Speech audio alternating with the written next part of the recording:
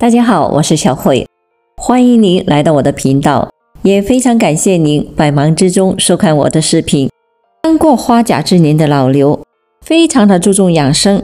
早前他听说吃素对身体更好，于是老刘就开始对着素食食谱来准备日三餐。吃素多月，老刘一开始感觉浑身的轻松，直到前段时间，他忽然感觉自己身体很疲惫，头重脚轻，有时候眼前还会发黑。担心之下，老刘去医院做了个检查，结果显示为缺铁性的贫血。老刘很不解，自己身体一直强壮，怎么就无故贫血了？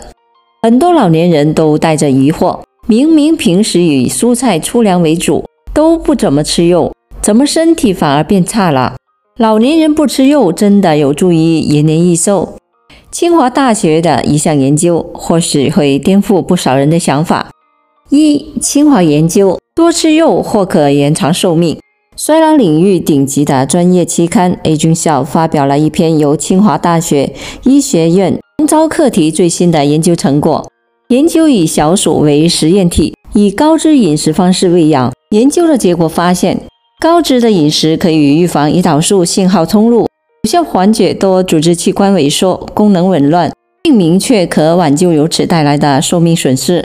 人类从出生到死亡，身体仿佛经历了一次循环，从婴儿时期的虚弱到成年时期的强壮，又再到高龄时期的体能的衰弱。即使身体无重大的疾病，在高龄的状态下，各组织器官也会出现结构异常以及功能下降。组织器官衰退无疑会带来如肌少症、骨密度下降、心肾衰竭等的疾病。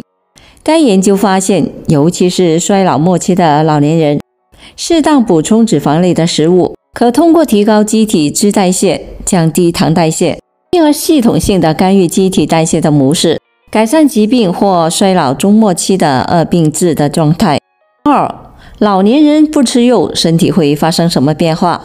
清华大学的这一研究打破了人们对于老年饮食的固有看法。不少老年人认为吃肉会致癌、长胖、升血压等等，从而选择多吃素，但是长期不吃肉，反而会给身体带来不少的伤害。第一，就会降低免疫力。虽说蛋白质可以通过植物蛋白获取，但是肉类中含有的优质蛋白更容易的被人体所吸收。若是长期的吃素，当蛋白质摄入不足时，会直接的降低免疫系统的抵御能力。第二就是缺铁性的贫血。肉中含有的铁是血红素铁，是人体铁元素的重要来源。即使蔬菜中也含有铁元素，但含量不过是肉的1/10。经常不吃肉，就可能像老刘一样引发缺铁性的贫血。第三就是容易长结石。植物性食物含有较多的草酸，而大量的草酸集聚在人体，易在体内发生钙化，从而形成结石。三，老年人吃肉，吃对量很重要。老年人要吃肉，但不是大快朵颐、毫无节制。浙江省营养学会表示，老年人的膳食原则要以食物多样、搭配合理、符合平衡膳食要求为主，推荐老年人常吃水产品、禽畜肉以及蛋类，平均每日摄入鱼虾以及禽肉类食物50克至100克，蛋类25克至50克，兔肉40至50克。同时每日应摄入250克至300克的鲜牛奶，或者是相当量的奶制品，平均每日应摄入15到25克的大豆或相当量的豆制品，满足每日蛋白质摄入量，同时保证食物多样性，做到营养均衡。4. 年过50，不妨多吃这些食物。随着年龄的增长，胃动力变差，很多人年纪越大，吃肉的频率就会越小。但吃得过于寡淡，人体的老化程度就会越严重，反而将身体陷入了死循环。其实有4种肉，老年人不妨多吃，不仅可以满足身体的营养需求，还对身体有益。1. 鸡肉。鸡肉也算脂肪含量较少的肉类，尤其是鸡胸肉的蛋白质含量高，脂肪低，极易被人体吸收，而且鸡肉中的营养物质完全能满足身体的运转和需求。多吃一些鸡肉能够滋养五脏六腑，同时也能够治疗头晕、月经不调等的各种情况。不仅能够促进心脑血管的稳定运转，同时也不会埋下各种慢性疾病的隐患。2. 鱼肉。鱼肉中含有的脂肪极少，含有大量的不饱和脂肪酸，能够有效地降低人体的血液粘稠度，预防心脑血管疾病的发生。